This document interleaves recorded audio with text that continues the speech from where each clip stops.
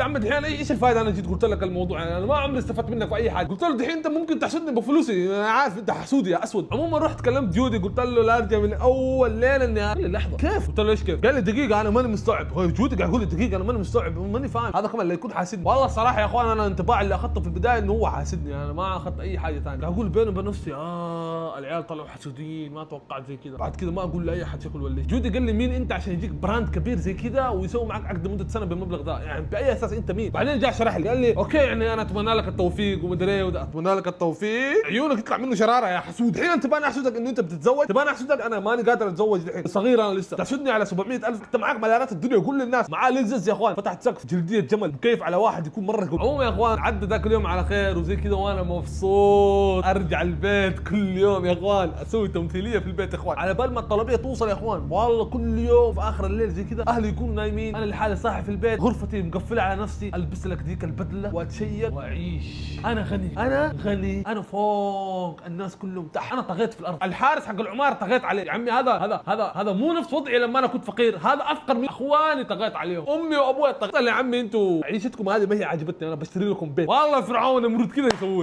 لي قاعدين يصفقوا لي يا اخوان فخورين فيه. هنا يا اخوان جينا للموضوع المهم او بدايه الملكعه. عدلوا جلستكم يا اخوان. نرفع الكرسي نعدل الجلسه. ركزوا معايا سووا فوكس معايا. بعد 6 ايام يا اخوان من الانتظار المعلن ذاك جاء رسل لي ايميل. الايميل كان مكتوب فيه له يا اخوان اهلا وسهلا في مشكله في الطلبيه روح على موقع شركه التوصيل وشيك على الهرجه. قبل ارد عليه يا اخوان دخلت على موقع التوصيل واشيك اشوف ايش الهرجه. لقيت يا اخوان انه في رساله موجوده عندي في موقع التوصيل وكان في تحت كذا زي اللايف شات يعني محادثه مباشره زي كذا انه يكون في واحد حقيقي قاعد يتكلم معك. ابغاكم يا اخوان تركزوا في احترافيه الردود اللي كانت تجي. قال لي يا استاذ عبد الحكيم في مشكله في جمارك السعوديه. قلت له ايش المشكله يا برو؟ حتى لو المشكله موجوده انا ايش دخلني؟ انا اللي حوصل انتوا اللي توصلوا لي. جاء قال لي انه الطلبيه توقفت في جمارك السعوديه. قلت حلو تمام طيب ايش الارجع؟ رد علي يا اخوان قال لي انه الجمارك يبوا فلوس عشان يقدروا يدخلوا المنتجات او يعني يخلوها توصل لعندنا. انا ادري انه يبوا فلوس بس يعني ليه قاعد تقول لي؟ المفروض انتوا ليش قصدك انه انت بس بتقول لي وخلاص انه ما بغلط عليه يا اخوان. بس جاء قال لي انه انت اللي حتدفع المبلغ والمبلغ 870 يورو يا اخوان. رحت انا دخلت ابى احسب قبل ارد عليه احسب يمكن مبلغ يمكن مو زي الدولار يمكن اقل. طلع يا اخوان انه هو تقريبا زي الدولار. يعني كنت بيني وبين نفسي يا اخوان انا ايش دخلني ادفع؟ هم اللي جاوا تواصلوا معي عشان الاعلان هم اللي بيرسلوا لي ملابس. انا باي اساس بدفع الاشياء دي؟ يا عمي لو كان ب 100 ريال انا ليش ادفع؟ كنت برد على ده يا اخوان بس قلت يا عمي هذه شركه توصيل ما لها صلاح خليني اتواصل مع المعلن نفسه اللي كلمني في الايميل. جيت قلت له يا حبيبي كت ايش الارجع يا عمي؟ انا اللي حدفع ولا ادفع من انت من عندك ايش دخلنا؟ جارد عليه يا اخوان قال انت وقعت على العقد انه اي مبالغ المفروض تندفع ولا شيء انه انا اللي ادفعها وبعدين نهايه السنه بيعوضني يعني يرجع لي الفلوس. يعني العقد هذا كان ضدي يا اخوان بس انا مخي كان مدري فين. قلت يا حبيبي انا المبلغ هذا ماني دافعه انا